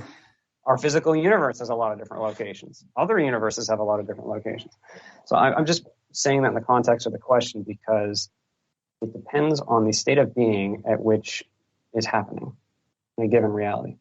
But in realities where there are personalities walking around with manifest experience, maybe not literally walking, but when there are beings that are there with manifest experience, yes, of course, they have unique experiences. They have unique perspectives. They are unique. Where there is uniqueness, there will be a difference in perspective. That's quite natural. Now, that doesn't mean that there will be disagreement necessarily, because in those states, we tend to be able to share all of what we are, all of our perspective with the other, and it's just seen. And actually, it's a really beautiful, wonderful, even blissful process to share your perspective with someone else and to feel their perspective and their history. And you share who you are, and they share who they are, and wow, it's amazing. And so there's multiple perspectives that can coexist. That's something that we don't typically experience on Earth. Here's one from Akshay in Pune, India. When does spiritual experience occur? Does deep understanding lead to experience? Or perhaps it is not in our hands to bring about this experience? And if I make an effort, is that not the ego? Okay. This is going to sound like a cop-out, but this is important. There's no such thing as an experience that's not spiritual. It's all spiritual. Every single thing is made of consciousness. Everything is happening within consciousness, by consciousness, of consciousness.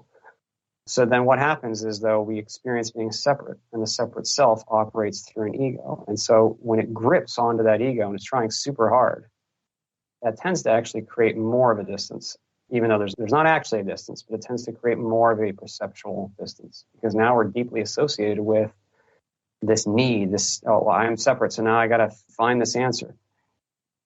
So if we let go and we look at what is already there, with no need.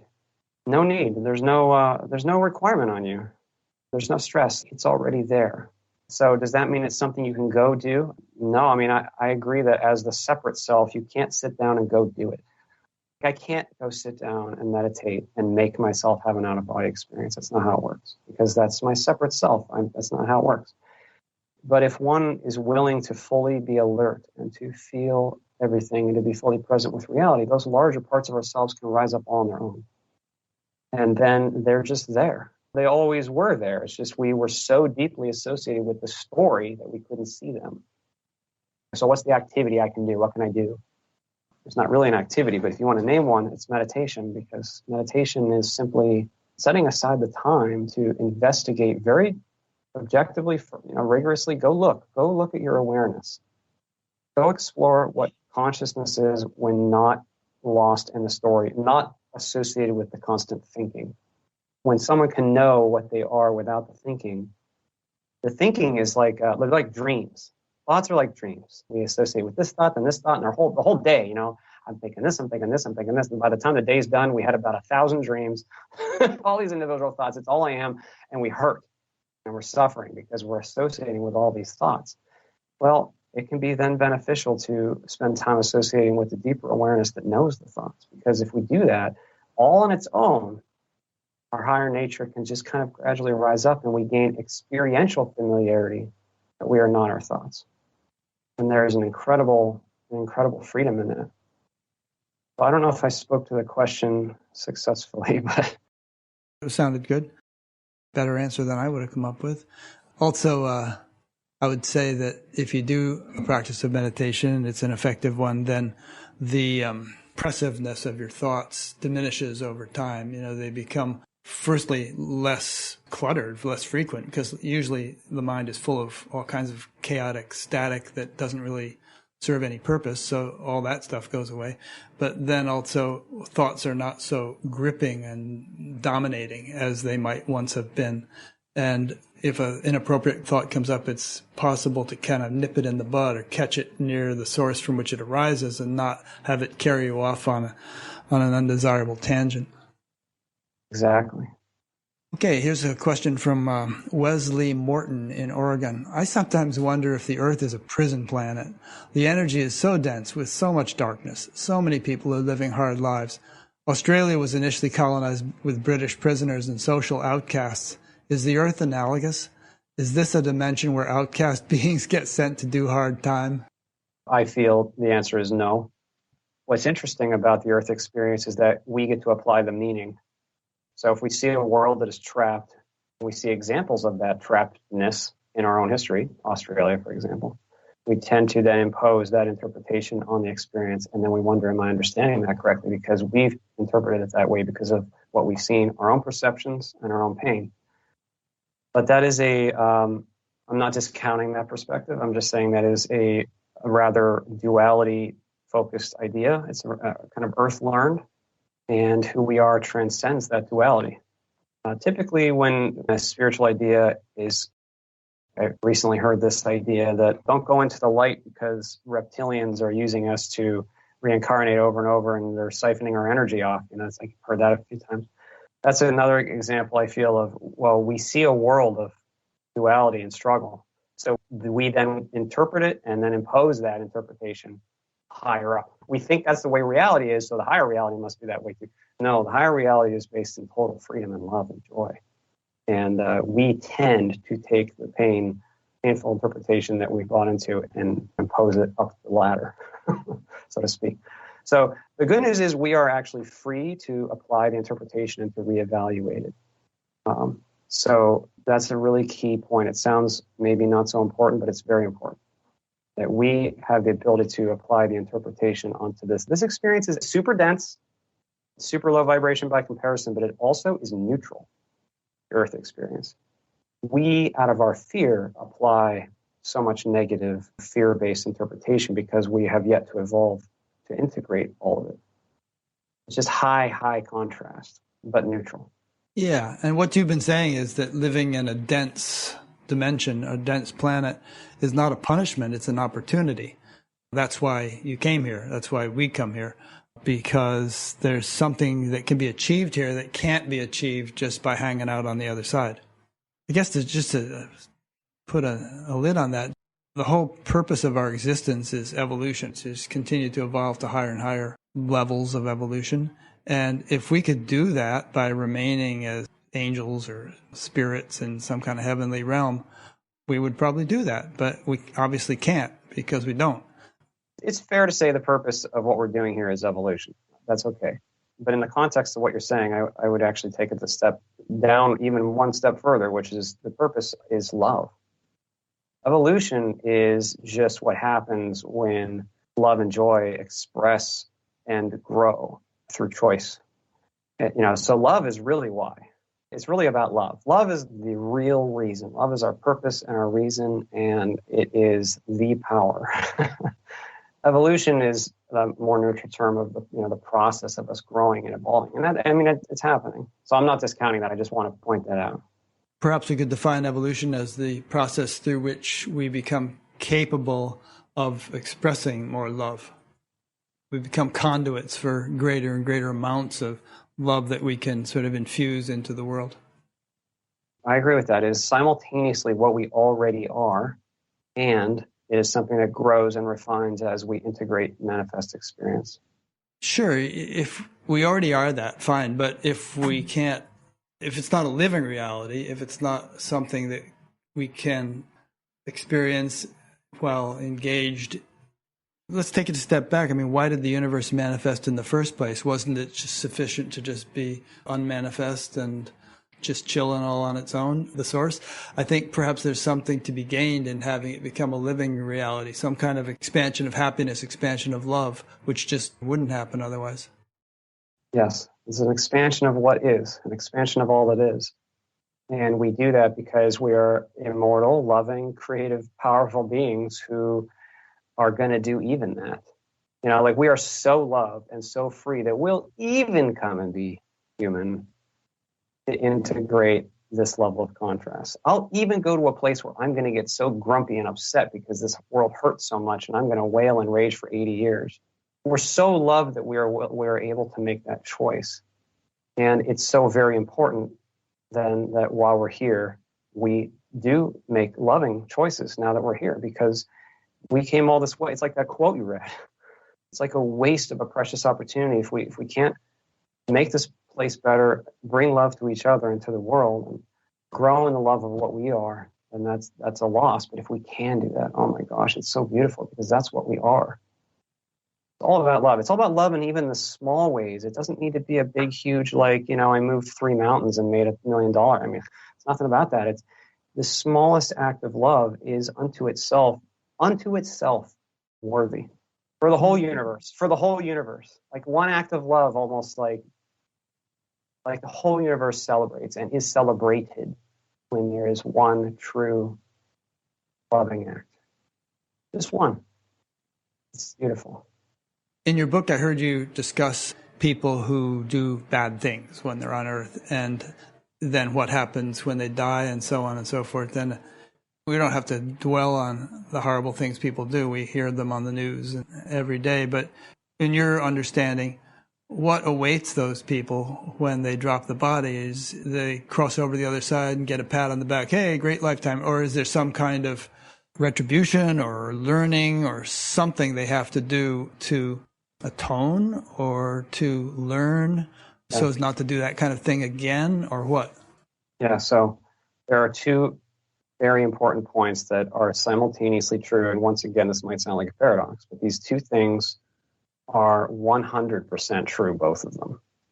First is we are unconditionally accepted and loved. Unconditionally loved and accepted, no matter what. That's the first thing. The second thing is, and this is also 100% true, we are completely responsible, 100% responsible for every single thing we have done, every thought, every intent, every bit of energy that we wielded. There's like an energetic accountability of who we are because it's a part of us. And so sometimes we call that karma, it's like a general word. But the idea is you don't escape who you are and who you've been. And so what that will mean for any given person is very unique and very personal. But if someone leads a very fear-driven life and hurts many others, that is not something that they just escape. Now that's what they are. Now they need to deal with that. So in my case, in the life where I died an agonizing death, I was a very not helpful person. I was a very hurtful person. In this life, I have experienced a great deal of suffering. Now, I'm not saying that it's not a punishment. It's just I have that much fear. I have that much fear, and fear hurts. But even that is an opportunity. You see, this whole system is built within a bedrock of unconditional love, which furthers the growth of love. So even that ultimately serves the expansion of love. There's no such thing as like fear has true power and, now you're screwed. No, it's all within love. It's just that we benefit from being energetically accountable is the only word I can think of to what we have been and how we have affected others. So that can mean future experiences that could potentially be very painful, whether in a non-physical environment or whether in another physical environment, not as a punishment, but as a process that is a part of our experiential growth.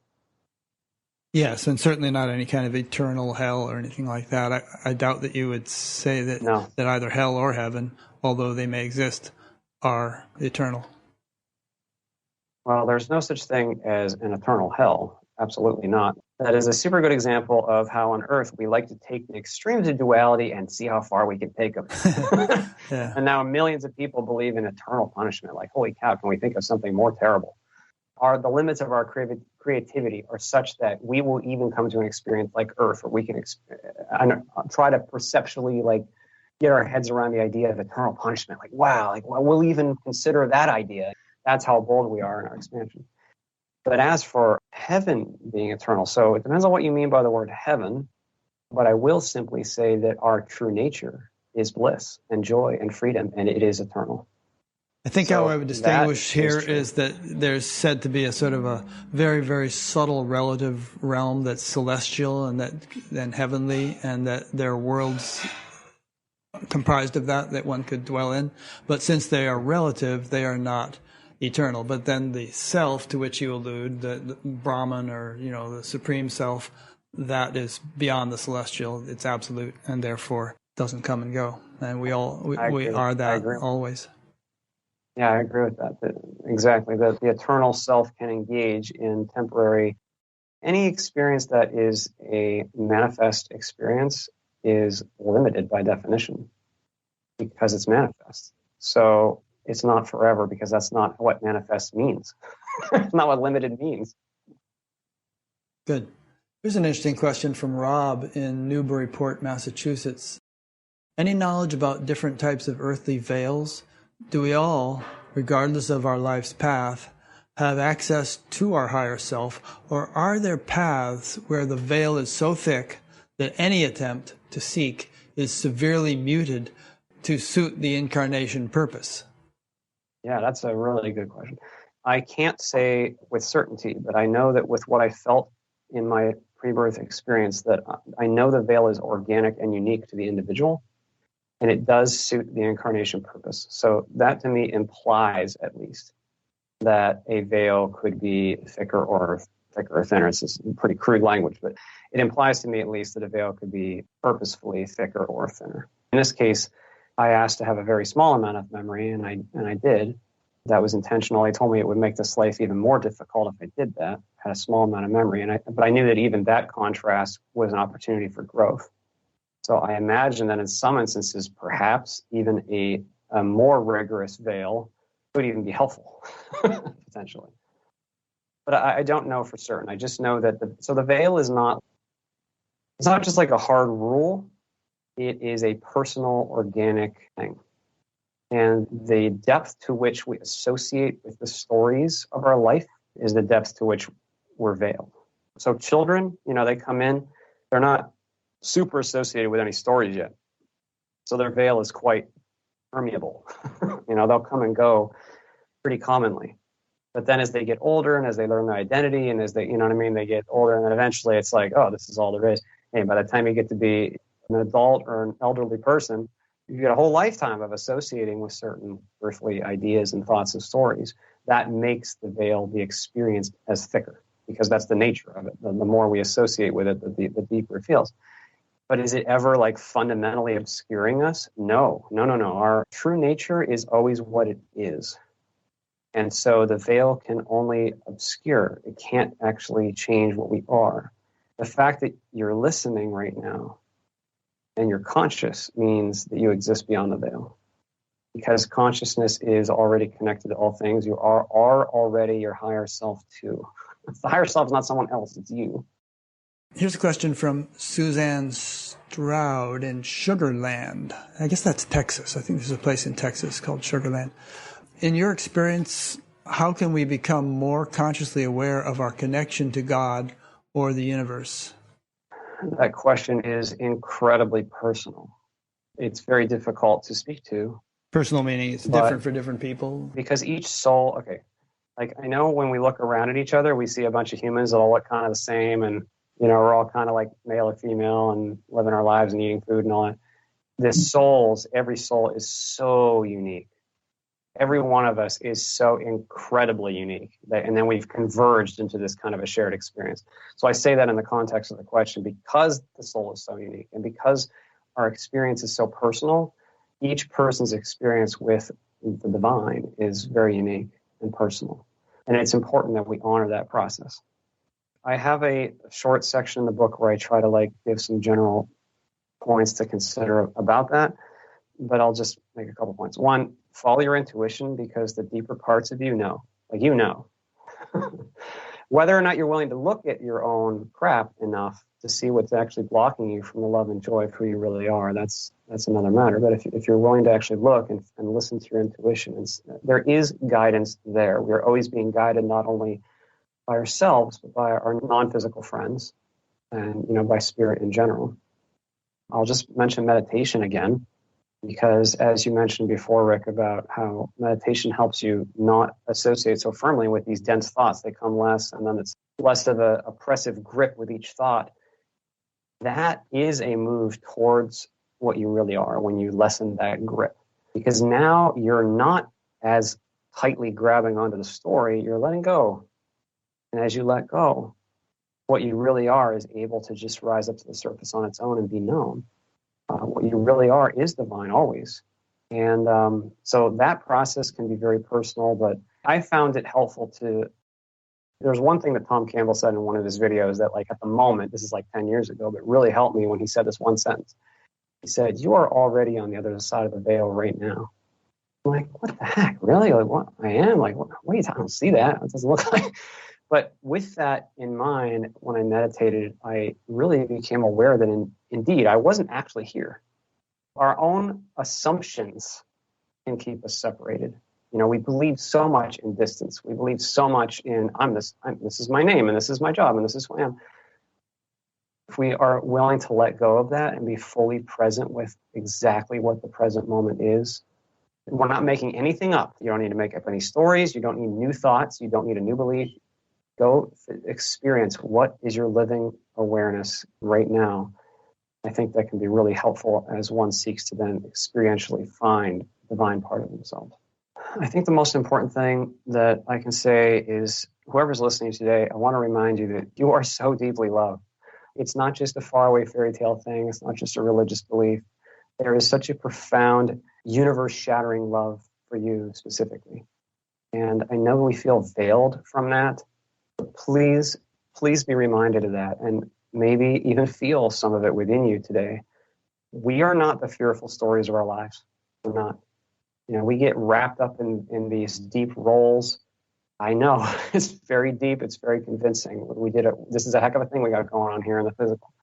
But it's not really what we are. So we all have permission, not from anybody else, just within yourself. You just have it because you're you, to let go of the fear and to feel everything within you and to meet reality with openness and acceptance and joy. That's what we are. So if we can even do that a little bit, we will have come a long way. Do you yourself meditate in some form every day? Yeah, I do try to meditate every day. I have periods of time where I feel more deeply called to meditate or not. I can feel, if I don't meditate for a while, I become very physically oriented again. And I become lost in the human personality stories again. But I have this little sticky note above my desk that when I was in an experience where I knew it, I wrote to myself, "It is an illusion." I taped it above my desk. And I can't tell you how many hundreds of times I've looked up at that and go, "Oh, yeah." "Oh, yeah, it's an illusion. I forgot again." That's the way it is. But yeah, I do try to meditate every day to help that awareness. I mean, there's actually nothing more fun, in my opinion, because there's so much joy in just the aliveness that we are. It's wonderful. I don't always find it as easily, but I do feel it's important to do every day if possible. Yeah, I agree. And it certainly helped me. I just mention it because I can't imagine in my own experience having gone through life without a practice like that. I don't know where I would have ended up. I was already dropped out of high school and arrested a couple of times and stuff by the time I learned, and I don't think I would have lived that long. But when you mention people going through tough times, I think, well, you definitely need an element in your life that gives you access to that inner reality, whatever you can do to connect with it, because it's there, and it's like somebody begging on the street, and starving and so on, and yet they've actually won the lottery, but they don't realize it, and they've got the lottery ticket in a sock drawer or something, and they're still begging. And we've all got that lottery ticket, and you can cash it in, but you just have to go through some steps. I love what you're saying. It reminds me of this is one of my favorite quotes. It's a Rumi quote, something to the effect of, "We go from room to room searching for the diamond necklace that is already around our neck." So I mentioned meditation, but I want to confirm what you just said, at least from my own perspective, that, whatever form it takes for the individual is good, is important, because we are in a world of form right now. Not everybody benefits to going straight towards formless awareness. Religion has a great place for many people. So if there is a practice or a discipline or a learning, a teaching that is helpful, then absolutely follow your intuition. There's different forms that work for different people at different times, and that's fine. That's wonderful. It's a good process. Sure. And BatGap is kind of a testament to that. I mean, it's like a smorgasbord of all these different people who followed all these different paths and arrived at something, gotten some benefit from it. So, yeah, man, I agree with that. Your show is amazing. I've really respected your work. I told you this before we started talking, but I'll just say it publicly that I feel that you're doing amazing work. It's very helpful for people to consider these kind of perspectives, because this doesn't need to be religiously charged conversation. These things are real. And so to be able to approach it in an intellectual way and evaluate it, carefully and openly without any kind of dogmatic charge is a big service. I mean, I think Earth's going through this awakening right now, and your work is helping. You're a part of that. Oh, a little part of it. Yeah, we're all holding up our sticks. But like you say, it's not a religious thing. Nobody really has to believe in anything in particular. You can just sort of take it as a hypothesis that maybe some of the stuff these guys are saying is true, and let me see if it is. Let me explore a little bit and see if I begin to experience some verification of what they're saying. If I don't, then, no big deal. But if I do, it could be extremely valuable. Exactly. I feel strongly in that way too. It's not about getting a new belief or something. It's like, okay, go find out. Is there any merit to this?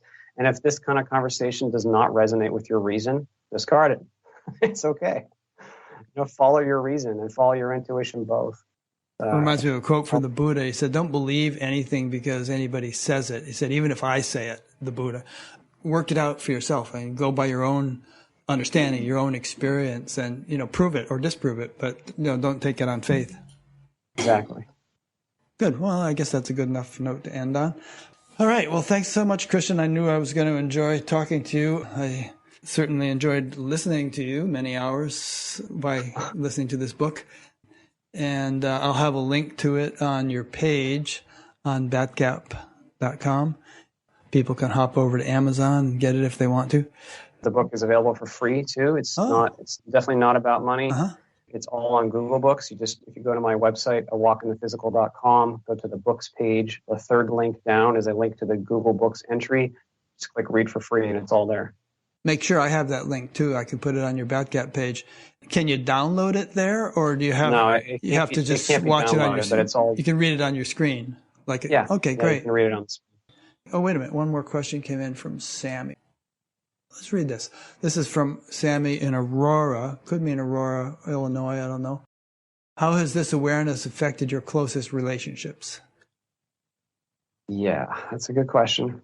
It can be very difficult because you see that a lot of relationships are built on a story. I actually have some rather conservative in-laws, so it has affected, my family in that way. That's one of my own personal, challenges. You're the wacko son-in-law, huh? I am. That's how I'm perceived. That's okay.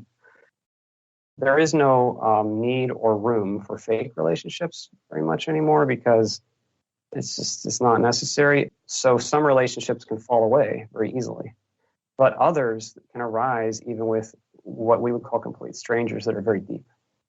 I meet people that I just can't believe the beauty of some of these people, and the quality of those relationships is really important. And I feel like I'm learning so much. I feel like I'm just at the very beginning. I'm like a newbie student, and there's so many of these people out there I have so much to learn from. So I really love being able to have those genuine relationships where I can oh my gosh, there's so many masters out there. I'll put it that way. There's so many people out there who have mastered certain things, and it's beautiful to be able to see past the crap and actually try to, engage with those people in that way. It's just a really cool thing. A lot of spiritual traditions place great emphasis on the importance of the company you keep. They say that if you hang out with the wrong crowd, so to speak, it's going to be an impediment to your spiritual evolution. So they really advocate associating with the wise, associating with people who have the kind of values you aspire to. I know in my own case, when I first learned to meditate, all my friends were taking drugs and so on and not really going anywhere. And it wasn't a big, hard decision. I just kind of gravitated away from them. And for quite a few months, I just hung out with the dog and took walks every day, down to the beach. And after a while, of course, I accumulated new friends and a whole new life. But I've actually spoken to people who say, well, I don't want to get too spiritual because I don't want to lose my friends. I want to stay on their wavelength. I relate to what you're saying. It's interesting because I've thought about how in the non-physical realities, we do not tend to, so to speak, hang out with those that we don't resonate with. Yeah, like you say, you just walk away if it's not. You just walk away. Right. See, we each resonate with certain things, people, places, energies. And we tend to very naturally gravitate to like attract to like, that old law of attraction thing. So in non-physical systems, that happens very quickly. We get together with those who we resonate with very easily. Here on Earth, it can be harder. We have relationships that we can be bound into or whatever, And it's funny because sometimes you would think oh, I should stay around this person because, maybe I can really help them. But I was just talking with my wife the other day about how important it is to sometimes make distance. If there's someone that you're not resonating with and they're not being helped by your presence, and vice versa, it's actually sometimes the better thing to just not spend the time with them. Yeah, tough love. Like you can't necessarily walk away from your in-laws. You're going to go there for Thanksgiving and have various interactions, but you don't have to be in their face with the kinds of things that you like to talk about. We're on the same team. We're 100% on the same team. They're deeply spiritual, faithful people. Right. And I respect them very much. We're on the same team. There's not really a conflict, only a perceived conflict. Right. Sounds like what they're into, they feel like what you're into kind of clashes with their religious beliefs or something. Very much. Yeah.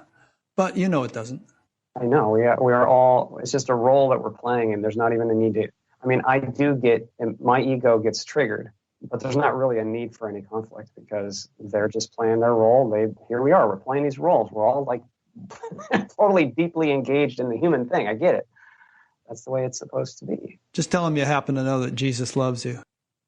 Amen. I actually thought about, in my 20s, before I went through this awakening, there was a period of time when I considered being a Lutheran minister because that was the only way. I sensed something was going on. I didn't know what it was. And that was the method to me that at the time seemed the most reasonable. And I was very active in my Lutheran church throughout my life. I was an assistant minister for 20 years. I was on the church council. I taught confirmation class. So I've experienced a different side of the religious now, being the one who is, opposed. even though I've always been like the church guy, like and genuinely so. But now I have no need to associate with any term or affiliation that's not required. I mean, I'm okay. I like going to sometimes. Like we go to church. We go to a Presbyterian church now. I speak at a Unitarian church, but that's all just they're all great. It's just form. We get to use it how we wish. And it seems like if your in-laws feel like you've gone astray, you could have deep theological discussions with them. With your background, you could quote scripture right and left and put them at ease. I don't know. Perhaps not. Yeah, maybe not. That's okay. So thanks a lot, Christian. It's really great getting to know you. Like you were saying, you meet these wonderful people. So I feel like I've met a wonderful person in meeting you. And hopefully we'll be in touch from time to time as we go along. I feel the same way about you, Rick. I really appreciate it. Thank you for all the work you do. It's very meaningful. Well, thanks so much. And thanks to those who've been listening or watching. And we will see you next week. Next week, I'm going to interview a guy named Clay Lomakayu Miller, who is Native American. I haven't interviewed too many Native Americans. And there's an upcoming interviews page on BatGap where you can see the other people we have scheduled. So anyway, thanks for listening or watching. If you want to go to the BatGap website and poke around, you'll see various things you can do there, and like subscribe to the mailing list or the audio podcast and so on. And there will be a page on the website about this interview where I will have a link to Christian's book, both the kind you can buy and the free one that he mentioned. Don't forget to send me that, Christian. You can go to his website, and you probably have some kind of, I know you do a blog where you write different things and thoughts and so on. And you ever do any webinar or private consultations with people or any kind of one-on-one things like that? Yeah, I'm happy to do one-on-ones. I certainly don't charge anything. I'm happy to help if I can somehow. If anybody would like to email me, it's awalkinthephysical@gmail.com. Great. You could be a little busy after this interview. That's okay. Good. Anyway, so thanks, and we'll be in touch. And thank you, everybody. Thank you, Rick. Thank you.